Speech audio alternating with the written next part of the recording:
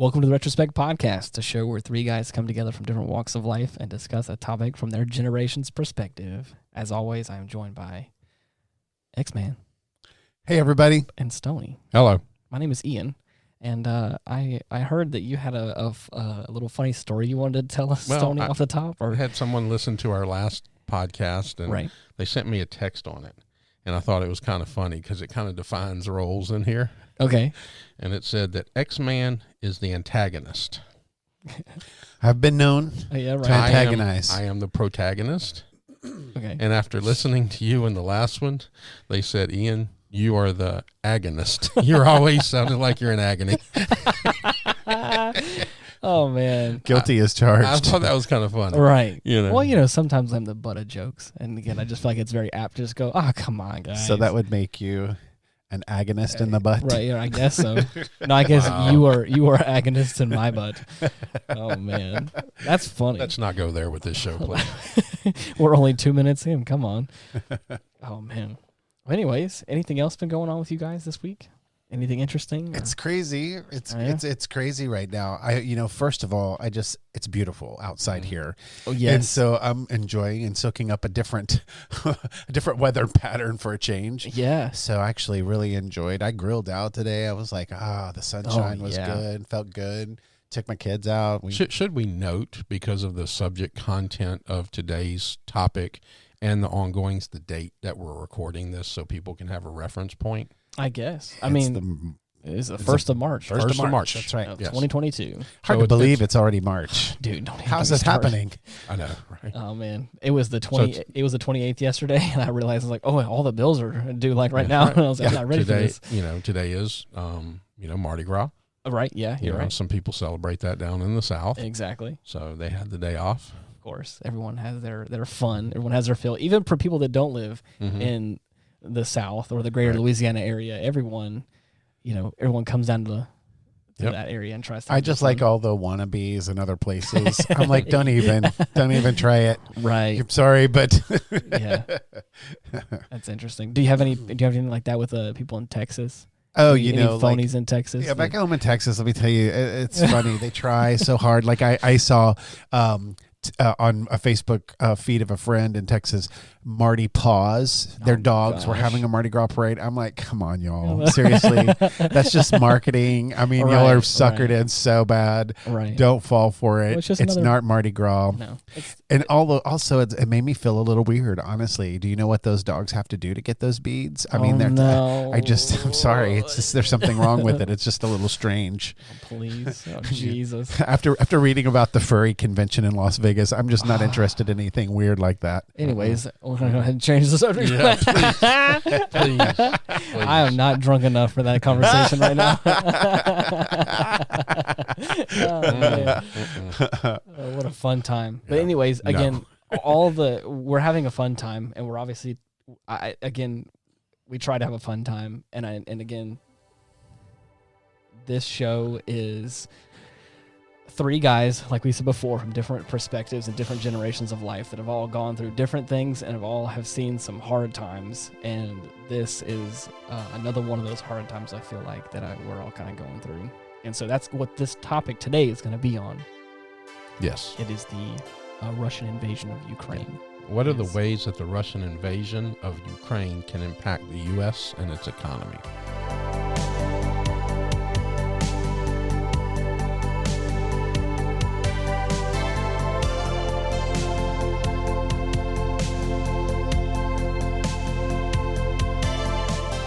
It's a heavy topic, and obviously it's very appropriate right now because it is the big thing everyone's talking about. Well, the first fact is that Russia's getting their asses kicked. You're not seeing a lot of that on TV, but they're losing so many more, military men and tanks and helicopters than the Ukraine is. And I think that's really interesting. This is not going the way that Putin thought it would. I mean, we're sitting here, over a week later, and he still hasn't taken Kiev or any other major city. You know, taking Kiev was key, and he still hasn't done it. The president's out in the streets fighting himself, and and that's our president offers him a ride. Oh, I'll get you out of there. No, how about you send me some ammo is what he told him. Yeah. You know. I will tell you this. I think in terms of just optics, Mm-hmm. I think Ukraine's already won the war. Yeah. I mean, it's united the world, which is hard to do. I mean, the only time I've seen it this united really is 9/11. I mean, post 9/11. And so, nobody wants a world war except for Putin. And so there's nobody else is hankering for that. You've got the Pope who's already gone in and said, no, I want to talk to the Russians because I just can't believe they're even thinking about this. And so, you've got United States who has been deeply divided, pretty united over this one. And, we have a State of the Union address tonight in our country. And I have to tell you, there wasn't much for our current president to say. I'm not the only one that feels that way. He has the lowest approval rating as any president in this term in their presidency. And so I'm just saying that I don't think he had a lot to talk about before this. At least this has given him something to talk about. Just under his administration, the inflation in America has risen to pre-Reagan. I mean, we're talking Jimmy Carter stuff where the inflation at that time was 24%. And, now is it 7.2 or 7.4? It's the highest it's been in decades. But there was a promise going into this administration that there would be some unity, that there would be some Build Back Better programs and some things that we could get rallied around of infrastructure and things like that. None of that's taken place. So does Build Back Better mean I have to pay $1 more in gas this month than it was last month? Yeah, my point is it just didn't happen. And so this is the only thing that has happened unity-wise that I've seen, and it has it's not of his doing. It has nothing to do with him. It was out of his control. Because we haven't given anything to Ukraine. Well, actually, there is a hero in all this, Elon Musk. Mm-hmm. He was tweeted by the Ukrainian president and said, "We need internet. Can you give us Starlink?" And he tweeted him back and said, "Starlink is available in the Ukraine," and opened up all his satellites to the Ukraine. Wow. So there is a winner in that one. Right. But I'm talking about from the U.S. government to the Ukrainian government. We haven't given them anything as far as troops. There's been one wave of promise to provide equipment, and I think $350 million in military equipment and so forth. Wow. But I'll tell you, the United Nations, very, very impressed with the fact that they're pressuring. The European Union is doing amazing work. Yes. They're even considering right now letting the Ukraine in to the United Nations on like a fast track system, because once they do that, there's certain things that opens up for them and protections of the European Union. But I have to say, sanctions, I think a lot of that is just a bunch of making people feel good about something getting done. Mm-hmm. I know that it's meant to cut off and isolate Russia. It only does that to an extent. What it does do, though, is it causes their economy to go into panic. And so it does cause their people. But again, it's not the people there that we're trying to hurt. We're not trying to hurt their civilian population. Unfortunately, it affects the wrong people. It will throw their economy and they will go into a depression. But not as bad as it would have happened back in the Cold War times when we were doing that, because Putin has spent the last decade or so building up and doing his own infrastructure and getting his own people reliant on their own instead of being reliant. Russia sends over 50% of America's resources to us. We buy them from Russia: oil, natural gas, lithium.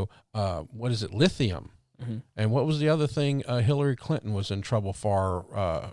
Plutonium. Yeah, plutonium. Really, that comes from Russia. So they can slightly hurt us with sanctions a little bit better, and we can hurt them because we need the stuff they have to offer. I think it's weird. The saber rattling is very weird. It's a new day when, the saber rattling, instead of the things that you've heard in the past over nuclear weapons and stuff like that, it's, if you do that to us, then who's going to maintain the space station? Yeah. I'm like, somebody shoot a rocket up there and blow that. It's time to retire it anyway. Just blow it out of the sky and tell them who cares. Well, actually, Putin did threaten nuclear attack if Ukraine was allowed into the United Nations. Yeah, no, he has. He has threatened. They're on high alert now. They are. What did our president do? Nothing. Well, they said that he tried to be diplomatic and not, respond to that. That it's just, he's choosing de-escalation and so forth. I'm sorry. You've got the most powerful nuclear military in the world. Point it all at him and say you dare do anything with nuclear, and you're done. Right, you're toast. Man, I think, and I said this earlier this week to I think a couple of you guys, I think it's funny that a lot of these other powers are, starting to get a little antsy and trying to do certain shit whenever, we're halfway through Biden's term, or give or take that much, and we still have another probably 4 years to go, and it's like Well, you have to look at it in the aspect of what his administration has not done. They've lost the narrative on COVID. They've lost that. Yep. People are waking up to the bullshit narrative of COVID. The economy He's is tanked a bust. the economy. Well, what's the first way you get out of a bad economy, Ian? I have no idea. War. So It's expensive. Yes, it's expensive. Contractors now have to build more bullets and more tanks. So blue collar job creator. Yes. So that's what happened after World War II. All these guys came back. The women were in the building the stuff and industrial revolution, so to speak. And men come back home, and now they got all this work, and so the economy grows. And then, we've seen this in the liberal agenda is not only do we have the council culture, but now we have, I want you to look over here while I'm doing this over here. So, we've talked a couple of times about the Second Amendment in America. And I posted something on my Facebook page the other day that says the question of why I need a gun that can shoot 30 rounds is plastered all over the news now. Mm-hmm. The Ukrainians gave rights to their citizens to bear arms and started handing out guns to protect their country from somebody trying to take their country away from them, be it themselves or somebody else. Yeah. And much of their army is volunteer right now. Well, you have to think about it also. When you look at some of the numbers and some of the reports coming back, the Russian tank commanders are running around, running their tanks out of gas and going up to a gas station, and I need gas. Well, I don't have any. Okay, here. And they get a handcuff. They're surrendering. They don't want to shoot. Some of these are their families. Right. Some of these, these are their cousins and their uncles and their aunties, and they're just saying, "Oh, I'm done with this." Right. So. I was just meaning the fact that, at once upon a time, I don't think that certain world powers would have done this sort of thing at a handful of years ago. It just feels very much yes, obviously there's things like you're talking about right now that all these things are, this is the biggest war since World War II. And that's what I'm saying. Sure. I'm just saying, again, I think it's funny. It also correlates whenever America's not going to do anything about it. This has huge implications, too. Russia has lost more troops in 2 weeks than America lost in the whole Desert Storm campaign. Yeah, but this has huge implications. You're talking about implications with regards to China overrunning countries, democratic countries. You've got this precedent trying to be set. You let those two superpowers come together and dominate that way, we're in for a miserable future. You've got North Korea on the fringe of this. You've got Iran in the fringe of this. You've got a whole bunch of states that sponsor terrorism and things like that. So you have a lot of things at stake here. You've got a country right now that if they overrun the Ukraine, who's to say they won't go back into Afghanistan? They've already been in Syria. Who's to say that they're not going to try to go and continue this, expansion or whatever, and the reclaiming of their original lands. And so he's using Hitler's playbook. Yeah. He's using Hitler's playbook to the page and to the paragraph. It's like when Hitler first started doing that, he went into past known Germanic areas. Oh, I'm going in as a peacekeeping. They want us there. Right. Well, nobody said anything. Everybody in the other part of the world was tired of World War I. They didn't want to fight again. Right. So Hitler counted on the free nations being tired of fighting. Right. And for a while there, it kind of worked. Well, that's the same thing that's happening over here in Russia. And X-Man is right. China has encroached on Taiwan's airspace 13 times since Russia attacked. Okay? Right. So now you're sending some troops to Europe. Now you're going to have to send some troops to Taiwan. We've already seen Hong Kong. We've already seen all these other places go through this stuff with them. And let me tell you, I mean, if you think that march is going to end there, it's not. Yeah. And you think you know it all, and you think you've seen it all until you know that North Korea and Russia have been landing planes hourly in Venezuela. Why? I don't know. They're unloading. Why? What does Russia and North Korea have to do in Venezuela? Yeah. Absolutely nothing. Unless they want to gather a couple countries up and come zip right up the middle of America. Okay? Yeah, they've been very chummy with South America anyway. You know, Venezuela was the largest South American and greatest South American free country in South America. And within 11 years of socialism, it's now the bottom of the barrel. Which has been the discussion in this country for a long time. That's why socialism is dangerous when it comes to capitalism and democracy. You know, you're talking about something that is so skewed towards communism and something that is so, you know, it's just another name for it. I mean, it's no different than somebody slapping, you know, just peeling off their name off of a denomination. I mean, it's the same thing. The problem with socialism, and this is what the young people in America do not understand, the problem with socialism is you eventually run out of somebody else's money. Of course. Yeah. And that's just the way it is. And then what do you do? Well, and then you just created a culture that's so dependent upon you that you end up in that boat forever. Right. You know, do I actually really think somebody's going to invade America from the center? Probably not, no. But how long has Mexico been pissy about losing California and a couple of states over there from the beginning? Yeah. They've said openly, we're going to take California back one day. Yeah. We're going to take it back. Well, you know, okay. Wouldn't this be a really, really good time?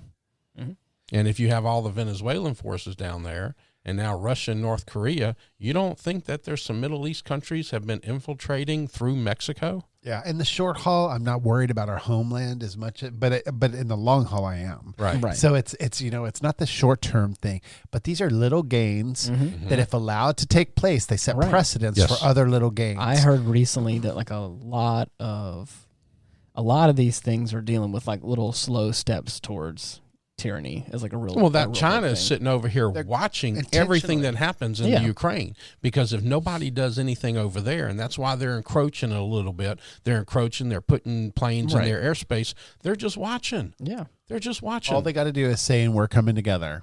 Russia and China are going to come together, and they're going to make a new superpower that will dominate the world. I think there's a lot of, like you said, a lot of little things that are opening up and making this into a perfect storm of things going on. And recently I learned, and you talked about like Hitler in Germany and all that kind of stuff. He also divided like the population. This is what I learned I didn't know about, but he divided the population on like a pandemic level as well, meaning like, you know, there is a outbreak of this certain kind of illness. We have to like segregate these people from everyone else. And then it slowly turned into like, you know, Jews are the ones that carry this, whatever. Right. And of course then separates them. It's all these little bitty things until before you know it, if you're not a certain it's called way, dehumanizing. They dehumanize.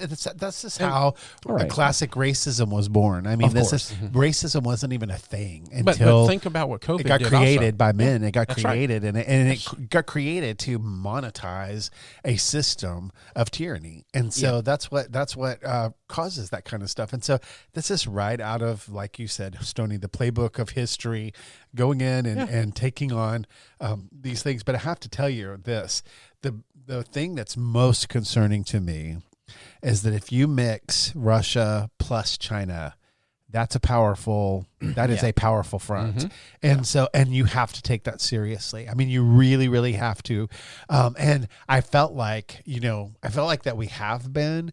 I was very, very happy, honestly. And I will tell you this, Trump drove me crazy because I felt like he ran his mouth and I did not like what he did in his social media life and those kinds of things. As far as the position, though, of strengthening the military and providing good weapons and things like that, I was very happy about those kinds of things because our military needed it. And it was time for those technologies. We have new submarines right now that would scare the skin off anybody because they are Yeah. powerful Yeah. weapons, and any country would be very, very ridiculously stupid to ever want to encounter one, because these are really powerful weapons.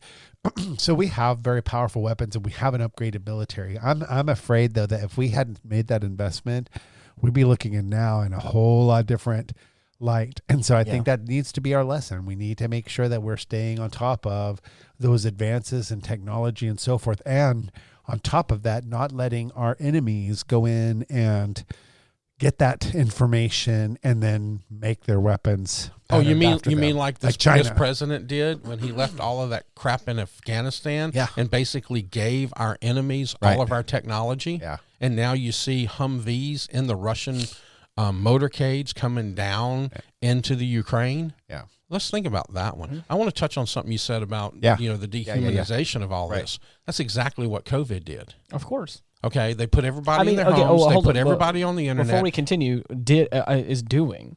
Because I mean, like, if you're not vaccinated, then you are the other. But I can't do even you can't do certain psychologically things. By making you wear a mask, right. making you not be around each other. We've dehumanized. Before, when you look somebody in the face, you look at their eyes, you see their mannerisms, you look at little small ticks and things like that. Now nobody cares. Drive down the road and see how fast you get cut off. Nobody cares anymore.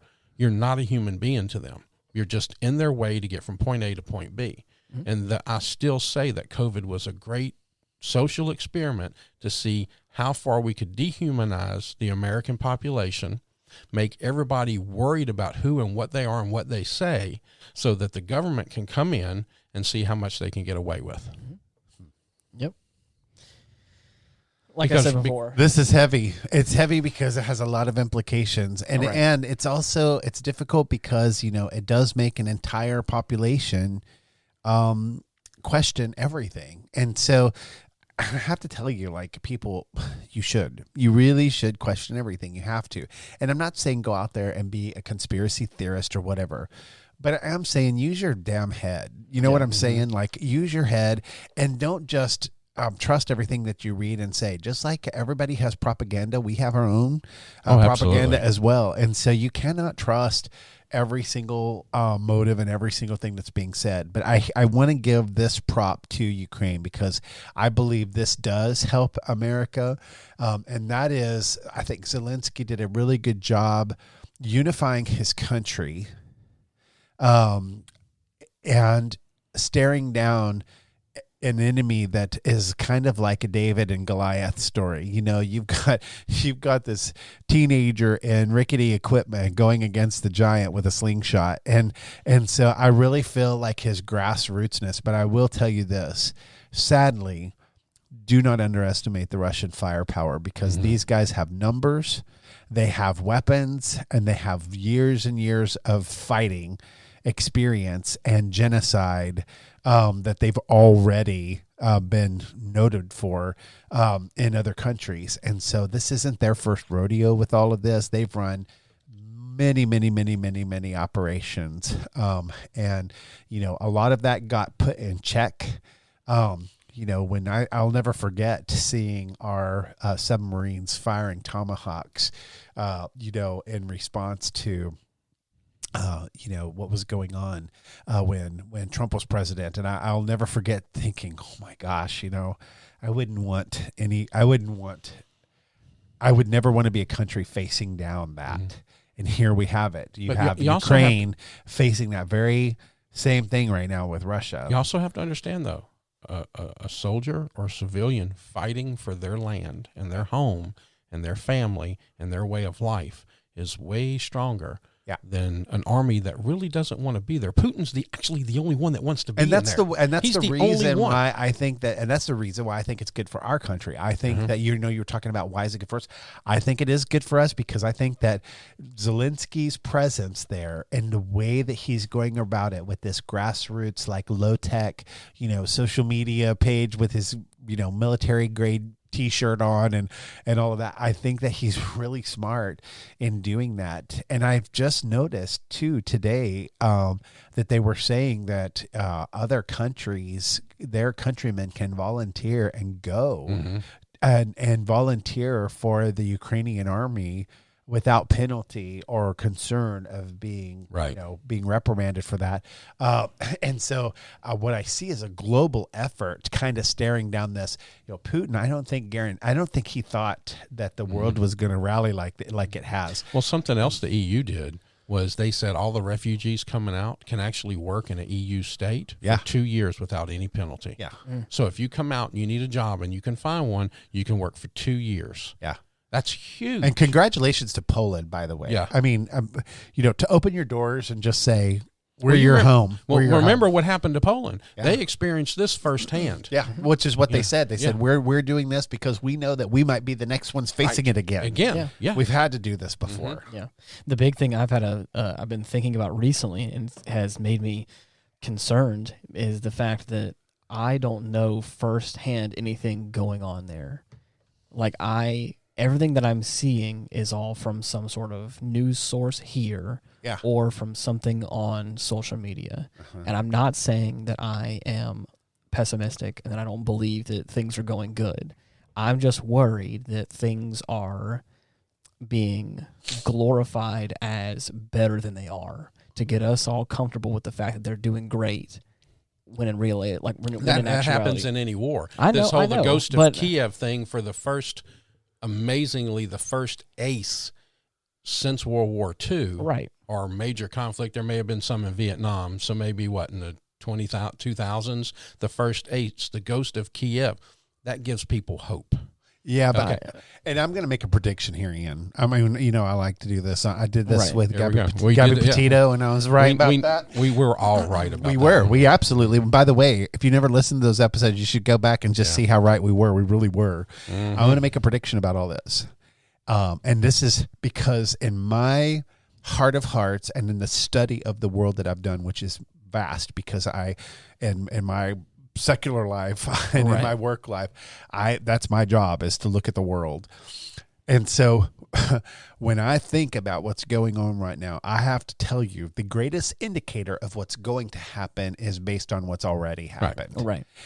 And so when I look at how the world rallies and unites around good and freedom and democracy and things like that, I have to look at the scorecard there. And I have to tell you, I think that Putin loses, and I think he loses big. And I'll tell you the other thing that I think. I think that you've seen it already within recent history. You've seen leaders go down. I want to talk Gaddafi. I want to talk about Hussein. I want to talk about bin Laden. I want to talk about all these leaders who have tried this radical BS on free countries and tried to get away with some kind of messaging that was anti-freedom, anti-respect for people, human rights, violations and so forth. You've seen now them get kicked out of sports. They've been kicked out of the economy, global economy. They've been kicked out of global markets. Trade is cut off. Banks are cut off. And so here's what I'm going to tell you. I'm going to predict Putin is going to be just a rich Saddam, but his outcome's not going to be any better. He's going to be in a hole, and they're going to pull him out of it, and they're probably going to put his body on a chopper and fly it over the ocean and dump it because they're going to run a special ops on him, and he's going to go away. And because I'll tell you what, the world's not going to allow it, and nobody's going to be given the right to run a nuclear arsenal that's going to create chaos and havoc for all free countries. It's not going to happen. Now, you remember what the free worlds won't let it. To bin Laden, right? He was shot twice in the head, and they dumped him in the water. So there was that a drink named after him. Yeah, it's two shots in a splash of water. Ouch. So I'm just going to make that prediction. I just feel like good overcomes in this situation.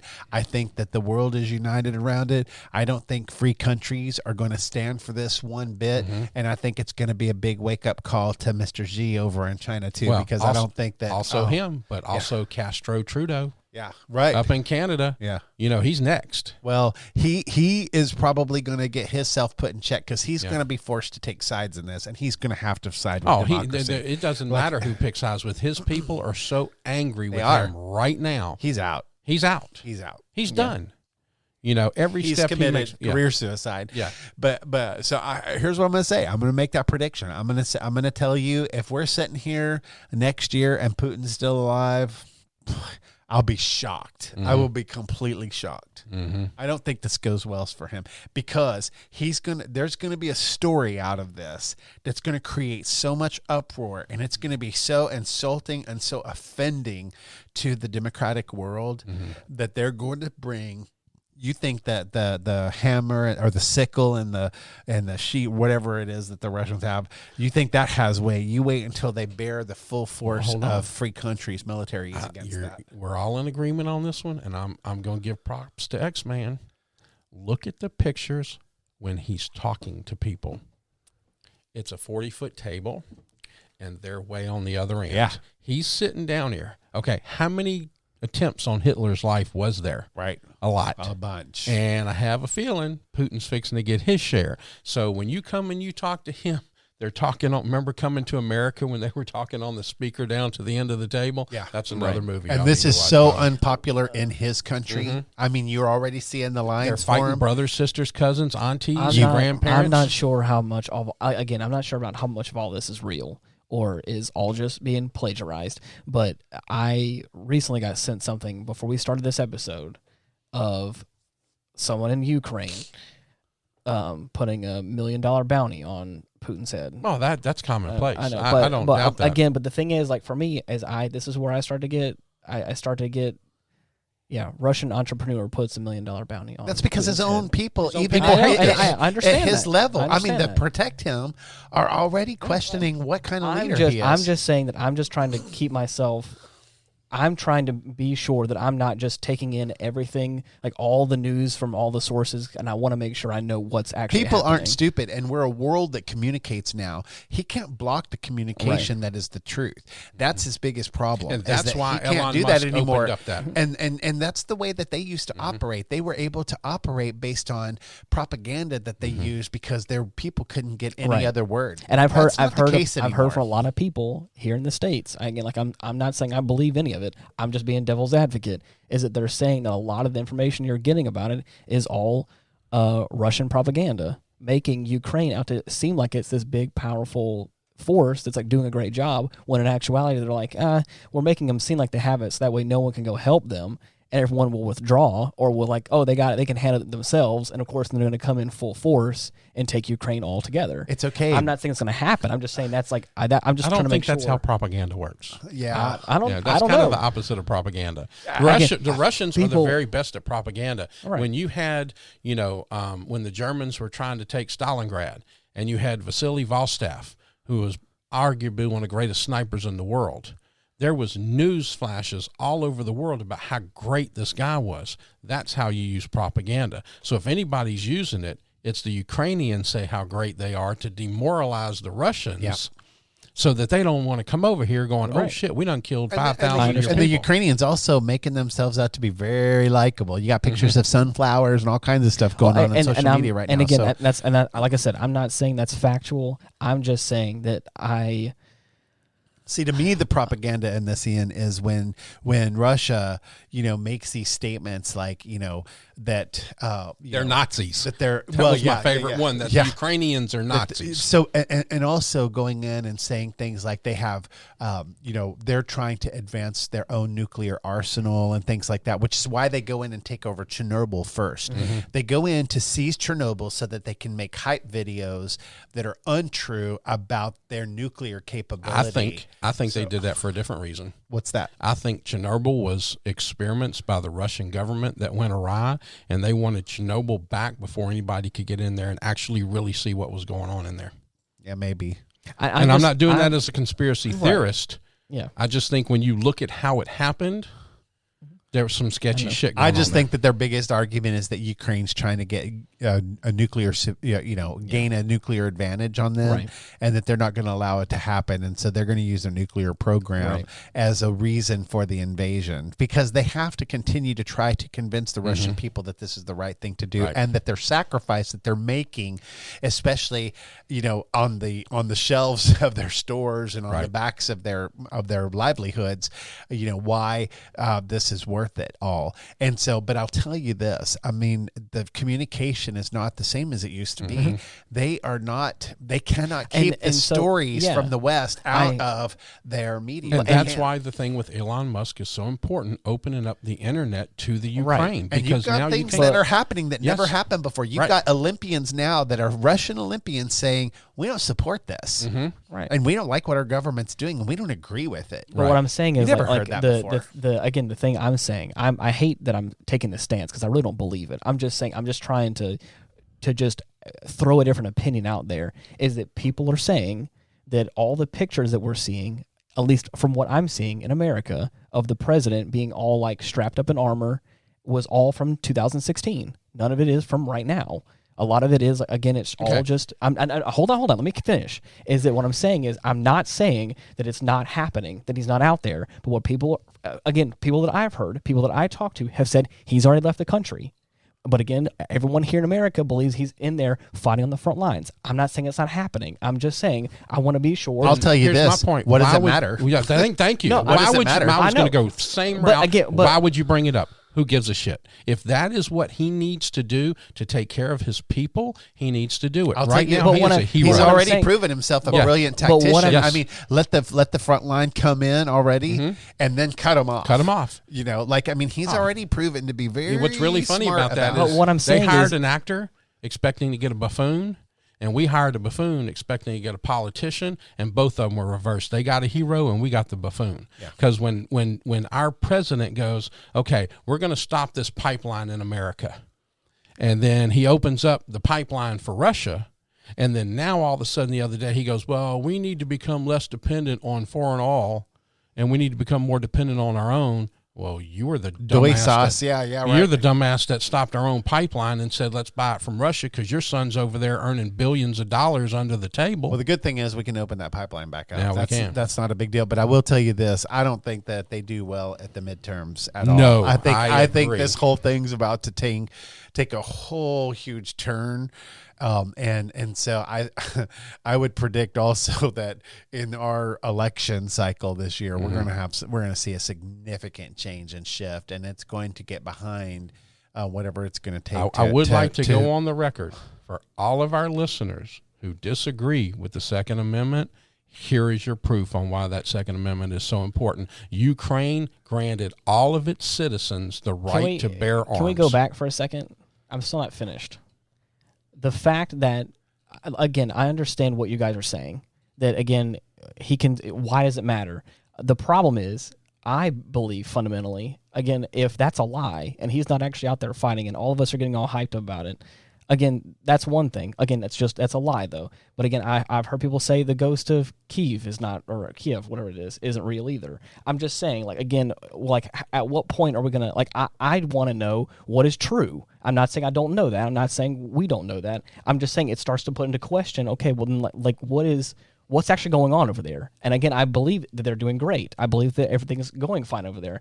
I'm just getting concerned that, again, we're all making sure it's all hunky-dory whenever everything is not quite. There's no hunky-dory in a war. That's what I'm talking about. But what I'm saying is that you're making it seem like they're over there kicking ass. And again, I believe they probably are. Are you on the Russian side? No. What I'm saying is that, like, what's like? It sounds like you're wanting Russia to do a whole lot better than they are. No, I'm not. I'm just saying I don't want us to get comfortable with the idea of Ukraine's doing okay and we're all just going to leave. I can promise you that's not happening right now. Okay. Yeah, but the point of it is propaganda in war. I understand. Part of war. It's part of war. I understand. And it's up to you. It may be the biggest part of war. Yeah, absolutely. I agree with that. You know, when you have to think about the Vietnam War was the first televised war and how poorly that went for America, okay? Propaganda and how you report something is very, very important. Let me tell you what, when we that. went to take nations over, but I don't like believe Iraq, let me just flash you back to that one. That's within your lifetime. We didn't dick around.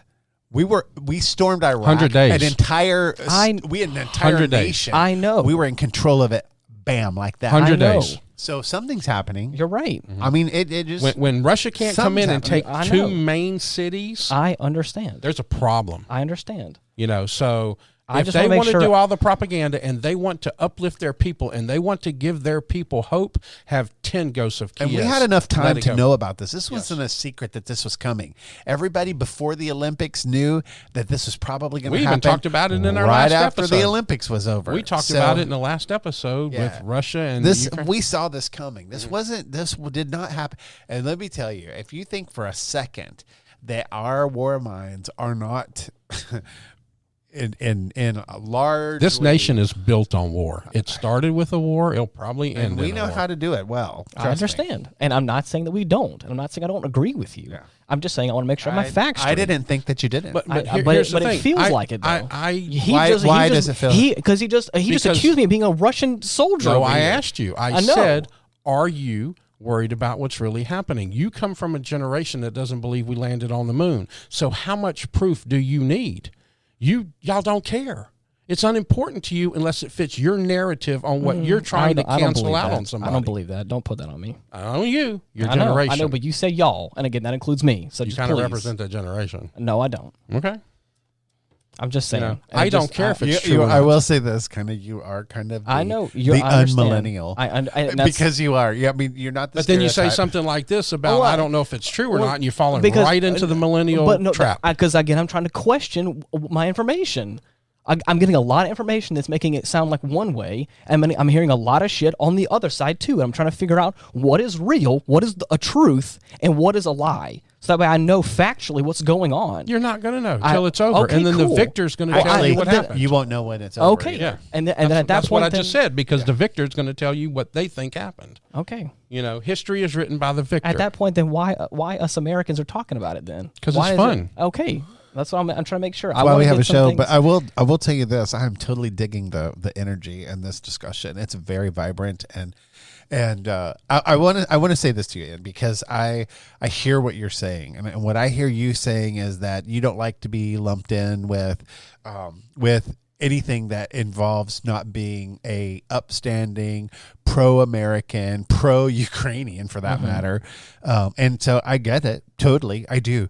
I will tell you this. It's just like war is smoke and mirrors. It's complex and there's things that you'll never know. You'll never get to the bottom of it. I understand. You'll never know why things are that. But here's the thing I want to say.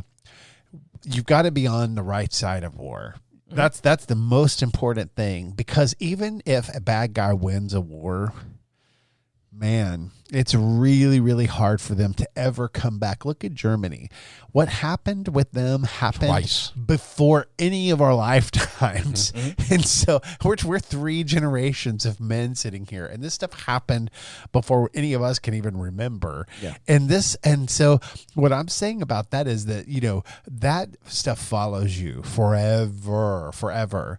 And so that's why my prediction is what it is. My prediction is going to say good is going to prevail in this, good being a democratic world where there's freedom and people are respected as equals and there is sacred worth in every human life and so forth. That is going to overtake whatever. And I believe that. My Bible says it. I believe that light overcomes the darkness every single time. I do believe that there are setbacks and things like that. I don't think that Putin is the first dark leader that came about in this world. I do not think, and probably won't be the last. I do not think that I think his own people will end up paying and suffering for his autocratic leadership. And I think that that's who we should aim our hatred and our I don't say hatred, but our dislike for, and anything that we have that's against the institutions of freedom and sacred worth and all of that. You know, these people are living under the iron fist of this leader, and so I don't even hate the people of Russia. I really don't mind the people of Russia at all. I don't have a beef with them. I have met people from Russia. I do not have several friends who are from there, but I don't have any problem with the people of Russia. And I'll tell you this: I doubt many of the people in Russia like this war. Mm-hmm. No. Well, they're fighting their cousins and their uncles, and they know it, and they know it, and so, you know, they didn't like it Crimea was taken. So I mean, I'm just saying that I think that the majority of people are on the same. The lines in wavelength. Europe are so blurred. Yeah, it's ridiculous. It's so blurred, and that's where Putin has lost his way. Is he can't see that. How much could be accomplished if we just talked? Yeah. He could have one of the richest nations in the world just by a little capitalism. But I'll tell you what bothers me though is that I can see the hurt in you right now, and I don't want you to be hurt. No, I'm not. I hurt. don't want you to I'm be just hurt. really trying to consider. I'm just trying to consider everything. Yeah. And again, I hear what you guys are saying, and I understand. I'm the youngest guy at the table. But you have a right to be able to ask those questions. And that's the thing is, and I value that about your millennial self. I like that you ask those questions. I just want to make sure that I know for myself. I'm not saying I'm going to know all the answers. I never claim that I'm going to do that. But at the same time, I don't want to stand here and propagate lies about something when it's like I want to know what's actually happening so I can do the right thing towards making sure that the thing is though is that in this situation you don't have the luxury of that kind of time and discernment. It's so you have to kind of just expect the best from your own and feel like you're on the right side of things and just go forward with it and support it. And you're never going to know the whole story. I understand. Because war is a bitch, man. It is not a fun thing. At no point have I ever said that war is not a bitch, and then I don't think that I'm not going to ever know the full scope of the story. I just want to make sure that, especially for the people in the Ukraine, that I'm not over here lying about their lives and the things going on in their life and the shit they're going through and the people that are dying and the homes that they're losing. I'm not trying to belittle something that's going on. And it's like, because again, I do feel like, I mean, I'm not saying this war is hitting close to home, but there's a lot of shit going on in Canada, like we talked about, and that's hitting close to home for me. And so I'm starting to consider a lot of shit going on with my government that is like in cahoots with Canada, and it's like I'm just concerned that again, I have people that I'm talking to in Canada that I'm representing. I feel like by sitting here and talking about some of this stuff, and so the fact that I'm sitting here and I feel like I don't have all the information for that sort of stuff already kind of puts some of what they're going through at a disadvantage, let alone, actual people dying and like losing their homes and stuff. Yeah. And that feels heavy for me. Well, and that feels like a whole different and it should, but I'm going to tell you there's two things that everybody on this podcast listening can do. And one of them is if you've got resources that you can help in the cause of good, in the cause of democracy, and the cause of, of sacred worth for all humanity and the understanding that all people have value. If you have resources that you can send in order to be on the right side of this thing, do it, because that's a worthy and noble cause, and we don't get those opportunities in our lives often. You don't get the opportunity to kind of say, you know what, I contributed to what I felt like was right. I contributed to that side because at the time I felt like democracy was so important, and I felt like the freedoms that I share and I have in my own life were the things that other people deserve to have and to have in their own lives. And so support the Ukrainians and get on the side of that. Don't hate the people of Russia because they're not the ones that are doing this. This is their leadership. You're talking about a guy who has lost touch with his people. He's lost touch with the desire even of people. They did not want this war. This is a war that Putin is, and Putin alone. I will say that the president was right about that. This is Putin wanting this war. Nobody else. Nobody else wants it. Nope. I mean, it is not popular in the world. That you've seen that in the world response to it. Even Switzerland got off the fence and took a side. Right, and that's never happened. I mean, that never happens. And so you've got a country that prides itself in being neutral, saying, "Yeah, we support the sanctions." And then, the other thing is they pray for these people and pray for this fight, because, sometimes you have those moments in life where you really, really want the underdog to win. And this is one of those moments. This is one of those moments where here you have to go, God, I hope the underdog wins, because you're talking about an oppressive, tough, This is a skilled and trained group of people. And I just pray that even within all of that there will be people on that side who will defect, knowing that what they're doing is not the right, it's not the right fight to be in. And so I pray that nobody would go against their conscience and do things that they know aren't right just to avoid repercussions from a government that causes them to live in fear all the time. We don't understand that here. We don't get that here because we don't have to live in that reality. But if that's your reality, that really sucks. Yeah. And so, those are some things that are practical things that I feel like we can all live out and live into and help with in the effort. I do feel for the Ukrainian people. I feel for the Russian people, to be honest. I feel for them both. I think it's really sad on both sides of that border right now. And I think it's just, I think what Putin is doing is so wrong, and it is so wrong to the core and the fiber of everything that I personally am as an American citizen and as a citizen of this world who wants peace and who wants to live in respect of other people's cultures and all of that. I have nothing against Russian people. I have nothing against their culture or life or any of that stuff. But I absolutely cannot put any kind of lock, stock, and barrel behind a leader who would oppress people the way that this guy has. And I hope he doesn't win, and I hope he doesn't get away with it. And I hope that the justice of God Almighty is served to him. And I hope that comes in a form that is so decisive and so final that it can never happen again as long as I live. This is the first time I feel like in my life since like 9/11 that like a really big major evil. Yes, and just I don't even know what you want to call it, like a big wartime situation, like a big moment in history. There's been other moments in history that I feel like in my lifetime has been like milestone moments, but this feels like another one of those where I feel like a lot's going to change or a lot's going to happen, and it can either go one way or another. But I do think, like you said earlier, it is like stepping stones that are going to be, that could pave the way towards something bigger. But do something. Don't just feel the feelings. Actually be proactive and do something, because you know what? That's going to make you feel good about being part of it. Right. You're going to say one day to your kids, I did my part. I sent the only $100 I had to the front line of that war because I believe so passionately that it is just wrong for communism to advance over democracy. Right. Like seriously, this is the time where we need to come together and remember this isn't about political party. This isn't about generational differences. This isn't about anything. This is a time when we come together and go, you know what? Screw you. You're not going to take over our world. Right. You're not going to oppress people. You're not going to lead your country as though you're leading on behalf of the people because your own people don't want it. Yeah. You're not going to treat people like they're not worth a dime. You're not going to treat people like a number, and you're not going to invade free country that doesn't belong to you.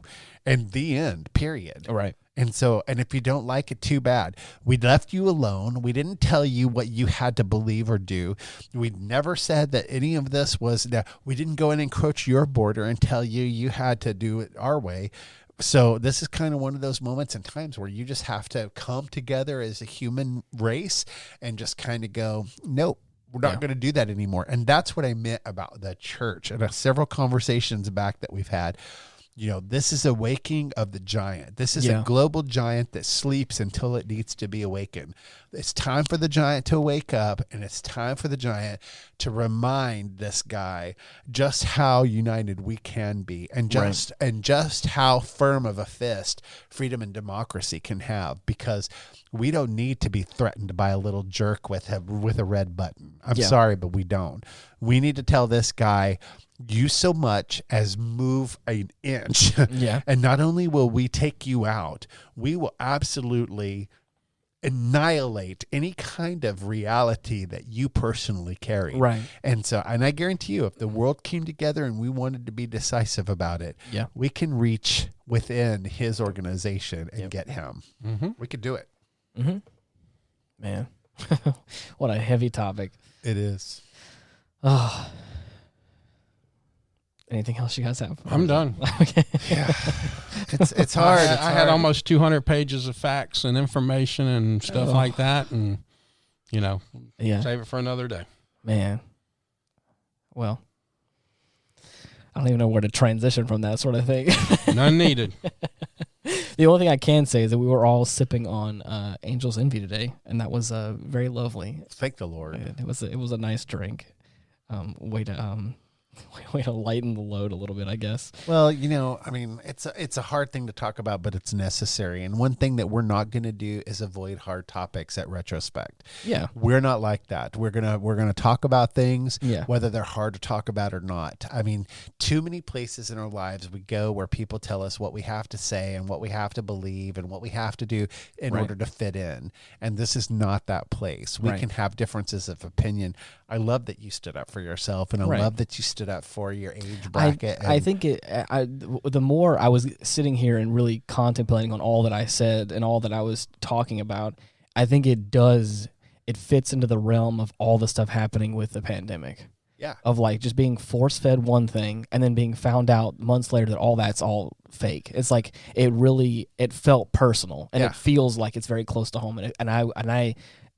I was getting defensive because of that kind of stuff as well. Of like, I just don't want to be force-fed fake information anymore. Yeah. I'm tired of it. There's a huge, big difference about being force-fed something about a pandemic and a nation attacking and killing members of a sovereign nation. And I don't give a shit what the press says. You're right. Okay? I'm just That's saying, the bottom line to it. I'm just saying it felt personal. That is a sovereign nation with rights. You're right. What I'm saying is that I'm talking about in my life personally,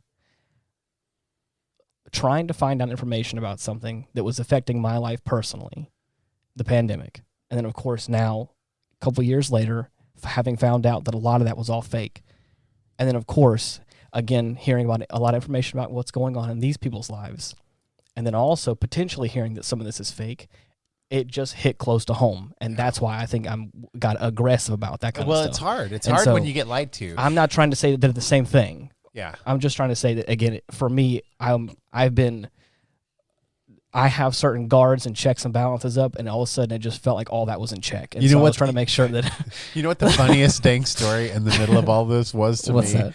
In the middle of all this news, in the middle of all this shit going on in our world, do you know the story that's going to get buried, but the one that actually was told? What's that? But no one's going to hear? Studies find that Wuhan was actually the source of the COVID pandemic. Oh my and I'm sitting there going, you told you so. Keep kidding me. Isn't this where we started? Isn't this the jumping on point? Isn't this the denial of the China virus and all this sort of, isn't this the whole thing? But come to find out, studies have now shown, even by other countries, independent things. I think it was Australia. I think it was also that what do you know? That it was absolutely from that area, and I just thought, and I've said that since day one. Of course, I think everybody knew. I mean, but it's just kind of one of those things where they went so many directions to try to say no, now don't be so busy to do that, and don't place blame and don't do that, and it's kind of like. It's just bizarre to me, but it gets covered up in the middle of all this busyness. Right? Exactly. It's like, they do that. It's all strategic. I understand. Break that story down. Break that story down when no one's paying attention. Cares and no one's listening. Again, the pandemic, no one cares about anymore. Then you drop all that stuff. Yeah, but there's some real serious things happening right now, and as Americans, I want you to pay attention. I want you to pay attention to the Supreme Court. I want you to pay attention to what's going on with the economy. I want you to pay attention to the promises being made here at home. I want you to pay very, very close attention to this foreign policy, because this is a deal. Here's the thing.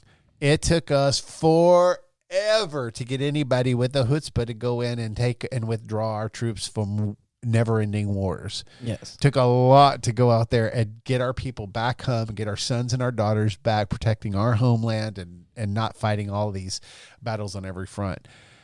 Jeez, wouldn't you know? Yes. Here we are again. Here we are again in the midst of war, Right. and I just can't stand it. Honestly, this war feels different though, and I think people realize that this time. Oh yeah. I think everybody's kind of like, I saw we're someone, done with this. I saw And- somebody post that this is going to probably be one of the most well documented wars in history if Oh. it's done correctly. You know, I was like, Absolutely, absolutely. I mean, for sure. from people in that area, you know, like Yeah. having to deal with it. That's Well, and this doesn't involve the unknown like some of the Right. others. We've been through world wars. We know Yes. we know this rodeo well. Right. So I mean, we all have relatives and stuff who've experienced these things in the past. We've all studied this type of war. Very different.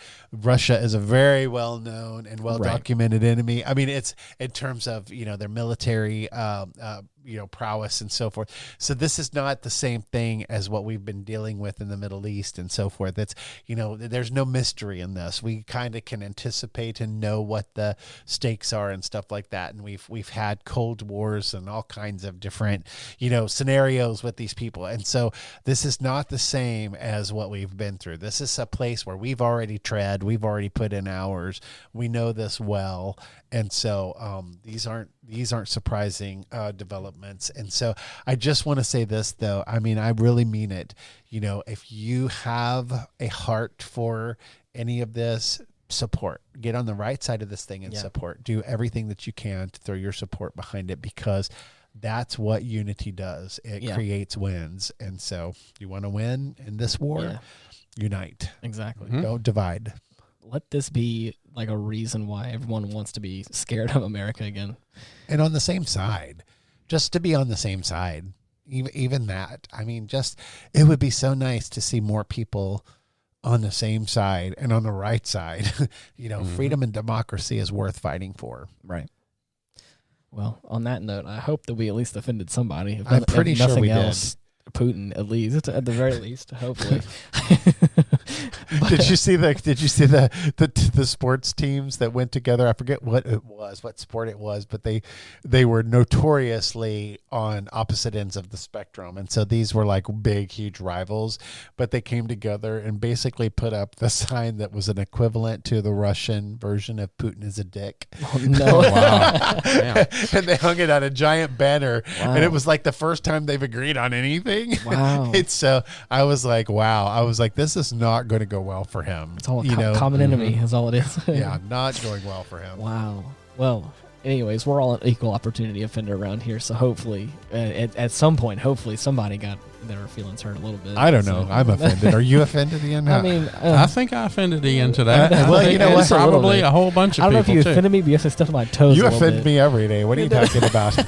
Ask me if I give a shit. Oh man. I don't expect you Yeah. to give a shit because I'm your friend and I know Right. better, but Right. But anyways, thank you so much for listening. If you were looking to find us, you can type in Retrospect on all the major podcasting platforms and find us that way, or you can type in Linktree/Retrospect Pod and find all of our social media links and other ways to listen to us there. Or you can go to just Facebook, like Stoney always says, and just type in Retrospect Pod and find us that way. But until next week, thank you so much for listening. Bye-bye. see ya. Peace.